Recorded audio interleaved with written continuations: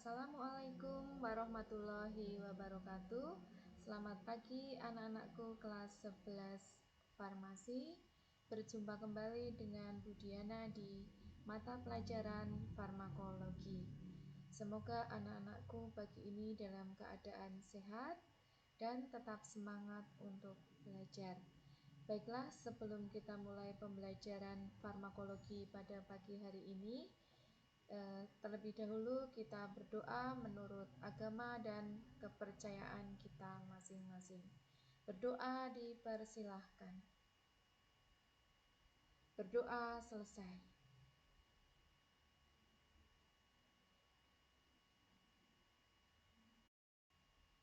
Baiklah anak-anakku, kita mulai masuk ke materi farmakologi. Sebelumnya kita sudah belajar tentang obat dan penyakit saluran pencernaan. Yang sudah kita pelajari di pertemuan sebelumnya adalah penyakit diare dan obat atau terapi yang digunakan untuk penyembuhan penyakit diare. Kemudian kita juga sudah belajar penyakit infeksi pada usus. Kita ingatkan kembali, antara lain ada kolera, ya, ada kolera. Kemudian ada desentri basiler. Kemudian ada tifusa, ya. Kemudian ada infeksi Campylobacter.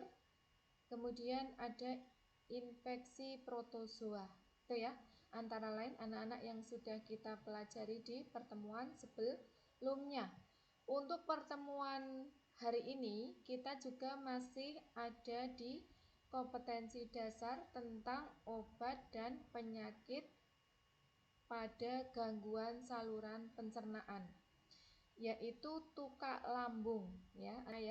Mohon diperhatikan ya, ini anak-anak, Bu Diana tampilkan gambar organ lambung, ya. Kita akan mempelajari tentang tukak lambung. Ini ada gambar lambung, ya. Yang ini adalah yang bagian tengah, ini lambung. Kemudian di bagian atas lambung ada esofagus. Kemudian di bagian bawah lambung ada duodenum atau usus, ya anak-anak ya. Kita lihat sama-sama apa itu tukak lambung atau peptic ulcer disease, ya.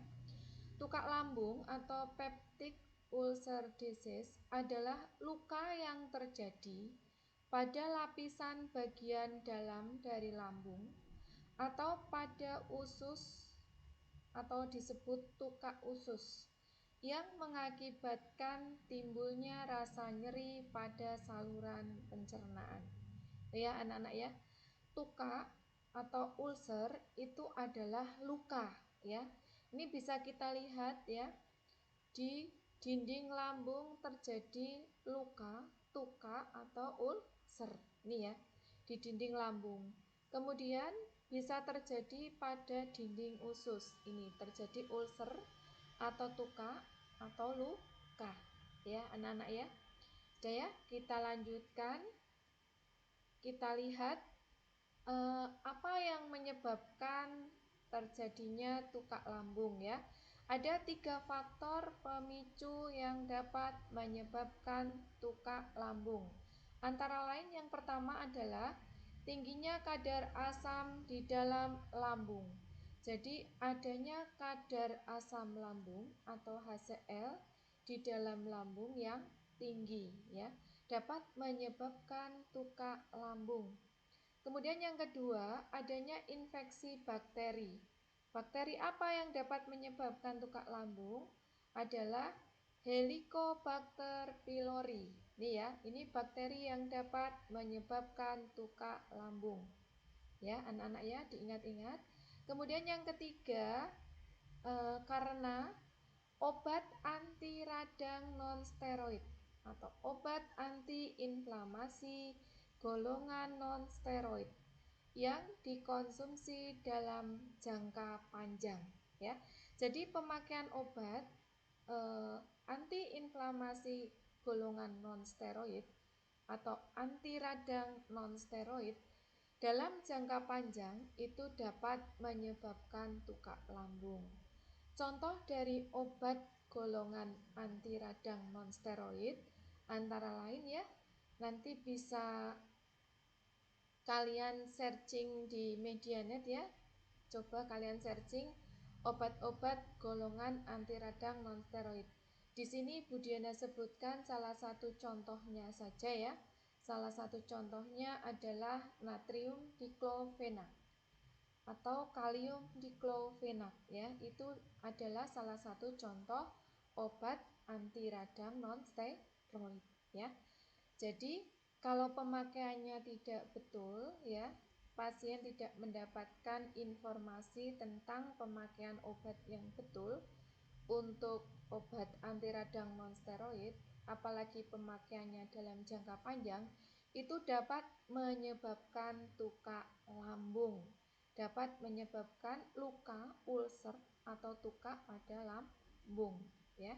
Jadi apabila pasien mendapatkan terapi menggunakan obat anti radang nonsteroid, salah satu contohnya adalah kalium diklofenak atau natrium diklofenak, petugas apotik atau tenaga teknis kefarmasian atau asisten tenaga kefarmasian harus memberikan informasi obat yang betul, diminum atau dikonsumsi sesudah makan, biar tidak menyebabkan iritasi terhadap lambung. Karena nanti kalau terjadi dalam jangka panjang itu dapat menyebabkan tukak lambung ya, ulcer atau ulkus pada lambung ya anak-anak ya. Kemudian kita lihat selanjutnya ya anak-anak. Sekarang kita lihat tentang bakteri Helicobacter pylori. Helicobacter pylori ya, atau bakteri yang dapat menyebabkan infeksi tukak lambung ya. Kita lihat ya anak-anak, Helicobacter pylori adalah sejenis bakteri yang hidup dalam saluran cerna. Infeksi bakteri ini sering terjadi di negara berkembang dan sering dimulai di masa kanak-kanak dengan gejala yang baru muncul ketika menginjak dewasa atau hampir tidak nampak gejala apapun ya. Kemudian Helicobacter pylori atau H. pylori sering menyebabkan ulkus peptik dengan cara merusak lapisan mukosa yang melindungi lambung dan duodenum ya, yang melindungi lambung dan usus. Kerusakan lapisan mukosa memungkinkan asam lambung dapat masuk ke bagian yang lebih sensitif di bawahnya. Secara bersamaan, asam lambung dan H. pylori mengiritasi lapisan lambung dan duodenum atau usus dan menyebabkan nyeri. Itu ya anak-anak tentang Helicobacter pylori atau bakteri yang dapat menyebabkan tukak lambung, ulkus atau ulcer, luka pada lambung ya. Baiklah anak-anakku, kita lanjutkan ke hal-hal yang dapat menyebabkan atau memperparah tukak lambung. Antara lain ada 4 yang dapat memperparah tukak lambung ya. Yang pertama adalah faktor stres ya. Faktor stres itu dapat memperparah tukak lambung. Kemudian yang kedua, makanan pedas ya. Jadi bukan hanya makanan pedas saja ya. Makanan yang terlalu asam juga dapat menyebabkan iritasi lambung ya. Tapi terutama yang pedas ini dapat memperparah tukak lambung. Kemudian yang ketiga, konsumsi dapat lambung. Kemudian yang terakhir adalah merokok ya anak-anak ya. Kemudian kita masuk ke terapi farmakologi untuk tukak lambung ya. Terapi farmakologi untuk tukak lambung adalah dengan menghilangkan gejala. Yang pertama kita menghilangkan gejala. Kemudian yang kedua mempercepat penyembuhan ya. Kemudian yang ketiga mencegah komplikasi lebih lanjut. Jadi ada 3 tahap tahapan terapi farmakologi pada tukak lambung ya. Saya ulang, yang pertama adalah untuk menghilangkan gejala. Kemudian yang kedua, mempercepat penyembuhan. Kemudian yang ketiga, mencegah komplikasi lebih lanjut ya, anak-anak ya. Kemudian diperhatikan untuk obat-obat yang digunakan untuk terapi farmakologi pada tukak lambung, antara lain yang pertama adalah obat antasida. Kemudian yang kedua, penghambat reseptor H2. Yang ketiga, obat penghambat pompa proton. Kemudian yang keempat, obat golongan anti-muskarinik selektif. Kemudian yang kelima, obat kelator dan senyawa kompleks. Kemudian yang terakhir ya, obat analog prostaglandin ya anak-anak ya. Ini obat-obat yang digunakan pada tukak lambung ya. Kemudian kita lihat satu persatu ya, kita lihat satu persatu. Yang pertama tadi ya, obat antasida. Antasida berasal dari kata anti yang artinya adalah lawan ya. Kemudian asidus yang artinya asam. Obat ini bersifat basa lemah sehingga mampu mengikat dan menetralkan kelebihan asam lambung. Pilihan pertama untuk antasida adalah dihidrotalsid atau persenyawaan Al dan Mg ya. Al adalah apa? Aluminium. Mg adalah apa? Magnesium. Karena mampu menetralkan dengan baik tanpa terserap oleh usus ya. Itu ya. Garam magnesium memiliki efek pencahar sehingga perlu dikombinasi dengan garam aluminium yang bersifat obstipasi ya. Jadi kombinasi antara aluminium hidroksida dan magnesium hidroksida. Mekanisme kerja atau cara kerja dari antasida adalah menetralkan asam pada lambung dan usus ya.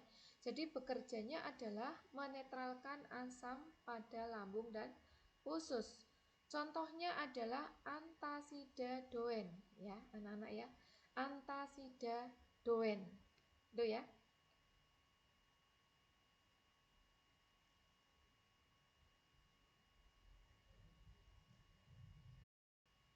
Mohon diperhatikan ya anak-anak, di sini ada istilah efek pencahar ya. Pencahar itu apa? Pencahar adalah apa?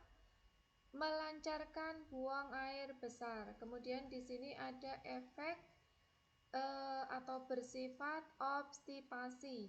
Ini kebalikannya dari pencahar.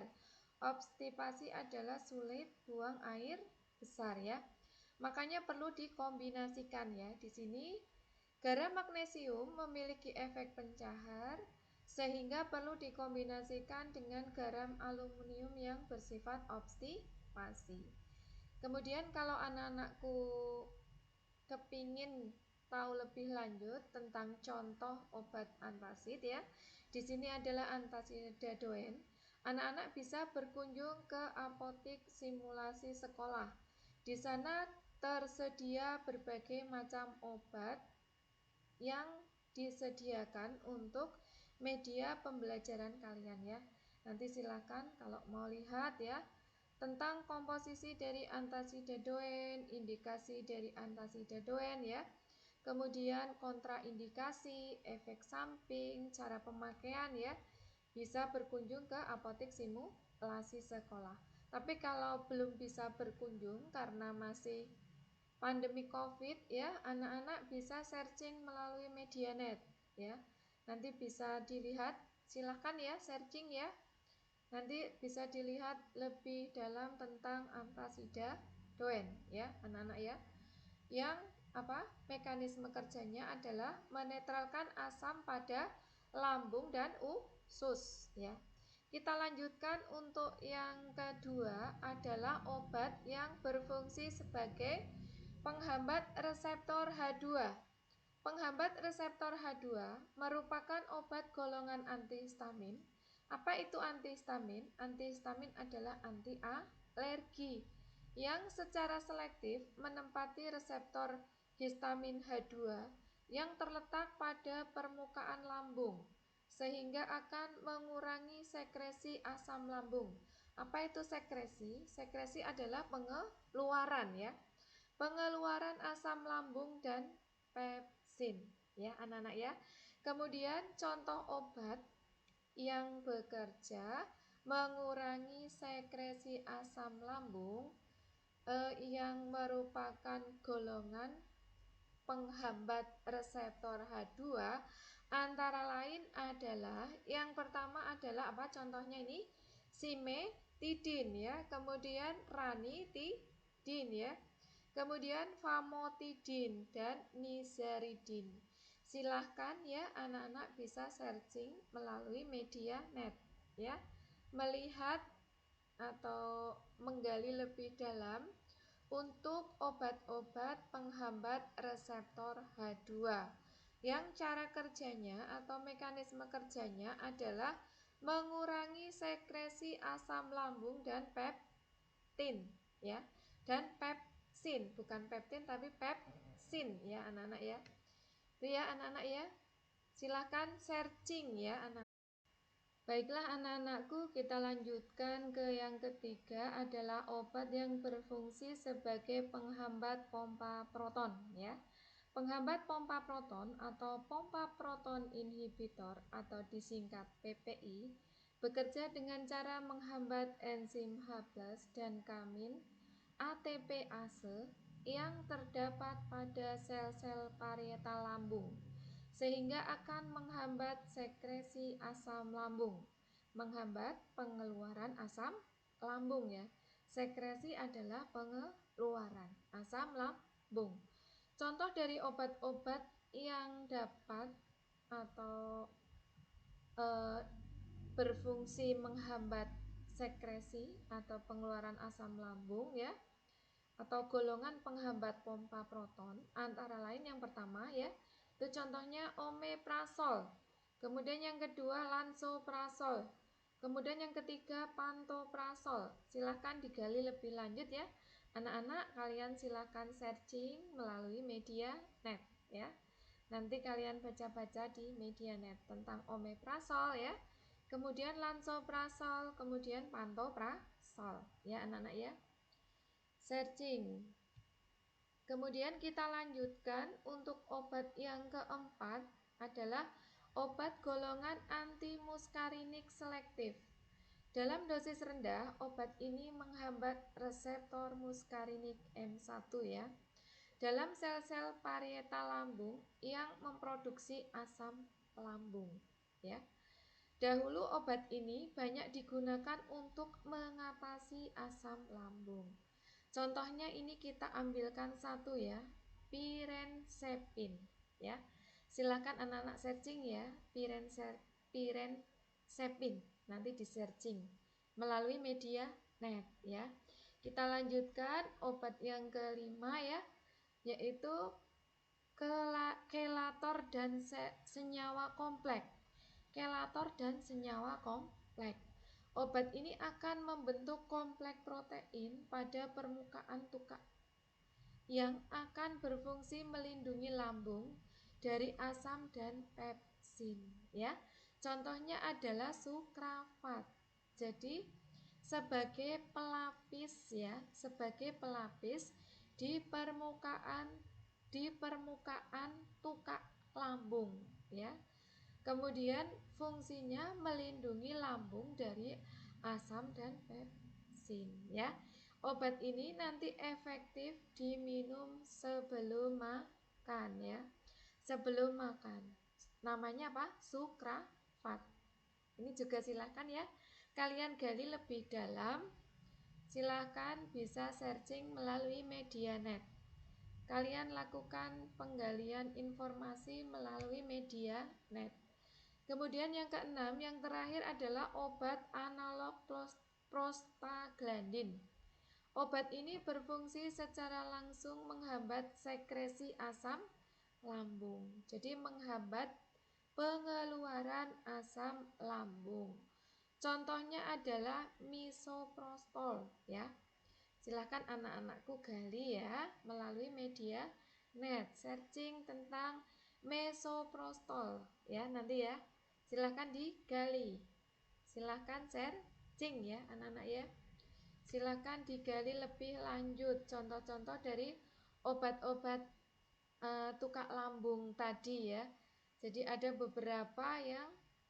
beberapa golongan obat tukak lambung. Nanti silahkan anak-anakku searching ya. Silahkan di searching untuk mengetahui lebih lanjut tentang obat tersebut ya anak-anak ya.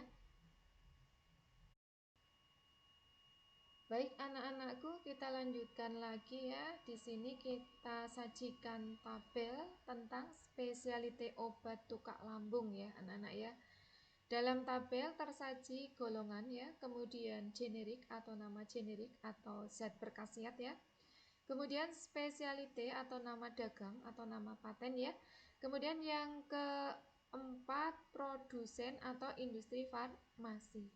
Kita perhatikan sama-sama ya anak-anak. Yang pertama adalah golongan antasida ya, atau nama generiknya antasida doen hidrotalsid ya.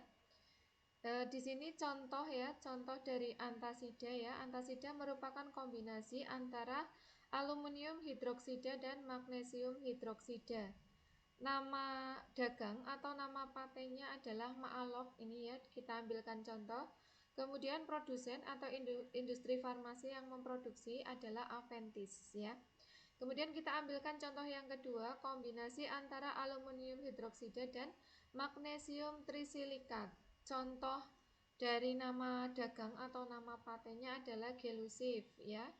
Kemudian yang memproduksi, industri farmasi yang memproduksi atau produsennya namanya Pfizer ya anak-anak ya. Kemudian kita ambilkan contoh yang ketiga. Di sini ada aluminium hidroksida dan magnesium hidroksida. Kemudian ditambah simetikon ya anak-anak ya. Kemudian nama dagang atau nama patennya Milanta. Mungkin kalian sangat familiar ya dengan Milanta ya.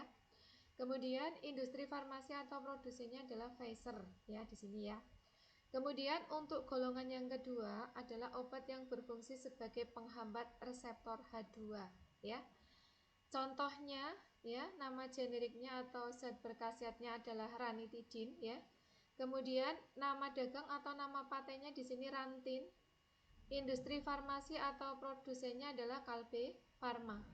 Kemudian yang kedua, kita ambilkan contoh simetidin ya.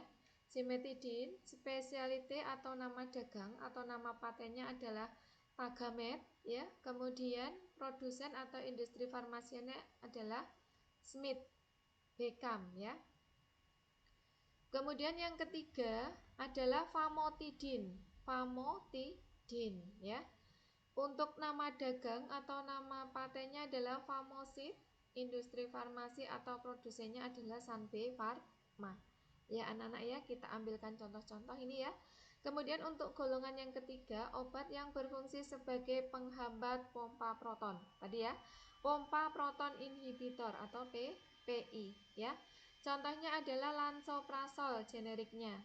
Zat berkhasiatnya omeprazol ya. Kemudian nama dagang atau nama patennya adalah Losec. Industri farmasi atau produsennya adalah AstraZeneca ya. Kemudian yang kedua, lansoprazol. Nama paten atau nama dagangnya Prosogan. Kemudian industri farmasi atau produsennya dari Takeda ya anak-anak ya.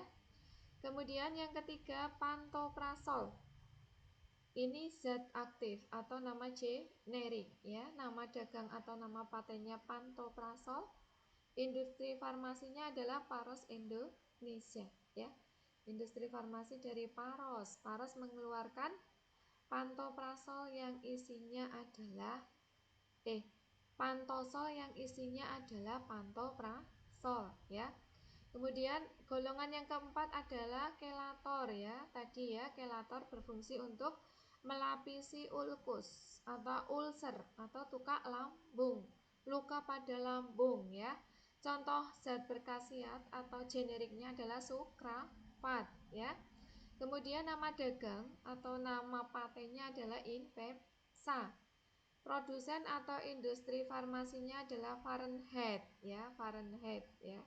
Kemudian yang terakhir, golongan yang terakhir adalah analog prostaglandin ya. Contohnya generik atau zat berkhasiatnya namanya mesoprostol ya anak-anak ya. Kemudian produk patennya atau nama dagangnya ya Sitotek. Kemudian industri farmasi atau produsennya adalah Pharmacia Serle ya, Pharmacia Serle ya, itu ya anak-anak ya. Kemudian tadi Bu Diana minta kalian untuk searching, menggali lebih lanjut tentang golongan-golongan obat, contoh-contoh golongan-golongan obat untuk tukak lambung. Di PowerPoint juga sudah Bu Diana lengkapi ya, mau searching silahkan ya. Mau membaca di PowerPoint yang Bu Diana sajikan juga boleh. Iya anak-anak ya, sudah saya sajikan ya.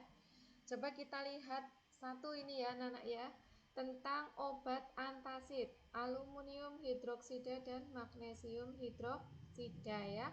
Aluminium hidroksida rumus kimianya adalah AlOH 3 kali ya. Kemudian magnesium hidroksida rumus kimianya adalah MgOH 2 kali. Bersifat sebagai penetral asam pada lambung dan usus tadi ya. Penggunaan obat ini selain pada tukak lambung juga pada indigesi dan rasa terbakar pada gastroesophageal reflux ringan pada gastritis. Itu ya, penggunaan obat ini selain pada tukak lambung juga pada itu tadi ya anak-anak ya. Silahkan dibaca ya. Kemudian kehamilan dan laktasi. Wanita hamil seringkali menderita gangguan reflux dan rasa terbakar karena asam lambung ya. Antasida dengan AlOH 3 kali dan MgOH 2 kali boleh diberikan selama kehamilan dan laktasi ya. Selama hamil dan selama menyusui ya. Jadi boleh diberikan. Kemudian kombinasi golongan antasid ini biasanya dikombinasikan dengan apa? Simeticon, dimeticon ya, famotidin, PPI. Apa itu PPI? Pompa proton inhibitor ya. Dan H2 antagonis ya. Jadi antasida bisa dipakai bersamaan atau dikombinasikan dengan golongan obat tukak lambung yang lainnya ya. Bisa dikombinasikan dengan golongan H2 antagonis ya. Kemudian bisa dikombinasikan dengan pompa proton inhibitor. Itu ya anak-anak ya. Nanti dibaca, dipelajari ya anak-anak ya. Kemudian ini ya tadi ya Bu Diana minta searching, tapi di PowerPoint sudah saya sajikan ya. Nanti silakan dibandingkan antara yang kalian gali dari Medianet ya, literatur dari Medianet, dan di PowerPoint yang Bu Diana sajikan ya anak-anak ya. Silahkan nanti dibaca ya, sudah Bu Diana sajikan lengkap ini ya. Lengkap ya. Jadi contoh obatnya ya, misalnya simetidin, nama generiknya sama ya. Nama generik atau zat berkhasiat atau komposisinya simetidin. Nama dagangnya ada Tagamet ya. Indikasinya ya, kemudian dosis, cara pemakaian, kemudian kehamilan laktasi ya. Kehamilan dan laktasi ya. Boleh diberikan ya, kalau boleh diberikan tidak ya untuk terapi simptomatik keganasan lambung. Tidak boleh diberikan pada kehamilan dan laktasi ya. Jadi hati-hati untuk kehamilan dan laktasi. Tidak boleh diberikan, tidak untuk terapi simptomatik keganasan lambung ya. Kemudian efek samping ya, efek samping ya. Ini ya nanti kalian pelajari sendiri. Sudah saya sajikan lengkap ya, sudah disajikan lengkap. Tapi kalau mau menggali dari Medianet bagus ya, nanti dibandingkan ya, sebagai pembanding. Mungkin nanti kalian mendapatkan literatur yang lebih lengkap lagi ya. untuk melengkapi ya anak-anak ya. Silahkan ya anak-anak, kalian harus rajin untuk menggali literatur ya, jangan cuman dari satu sumber saja, dari beberapa sumber ya untuk melengkapi ya. Baiklah anak-anakku, untuk pertemuan hari ini kita sudah membahas tentang tukak lambung ya. Setelah pertemuan hari ini kalian sudah harus melaksanakan ujian untuk penilaian akhir semester Gasal ya. Nanti untuk mata pelajaran farmakologi untuk kelas 11 farmasi, materinya ya, materi untuk ujian kita ambil dari materi dari awal sampai akhir ya anak-anak ya. Bu Diana ingatkan kembali untuk materi-materi yang harus dipelajari sebagai bahan ujian penilaian akhir semester di semester Gasal ya, yaitu tentang pendahuluan farmakologi, kemudian yang kedua tentang penggolongan obat berdasarkan cara pemakaian ya, kemudian anatomi fisiologi tubuh manusia, kemudian obat gangguan saluran pencernaan, kemudian obat susunan saraf pusat ya anak-anak ya. Silahkan dipelajari. Untuk PowerPoint seingat Bu Diana sudah Bu Diana turunkan semua ya, nanti tinggal dipelajari. Tapi nanti kalau misalnya ada kekurangan, ada siswa yang belum mendapatkan PowerPoint, mendapatkan dari teman mengalami kesulitan, bisa Bu Diana kirim kembali ya melalui grup kelas, melalui Ibu Wali kelas Bu Vera ya, nanti Bu Diana kirim kembali ya. Selamat belajar ya, selamat menempuh ujian untuk penilaian akhir semester ya anak-anakku. Semoga kalian sukses dan mendapatkan hasil yang baik ya, amin. Untuk pertemuan hari ini Bu Diana akhiri sampai di sini.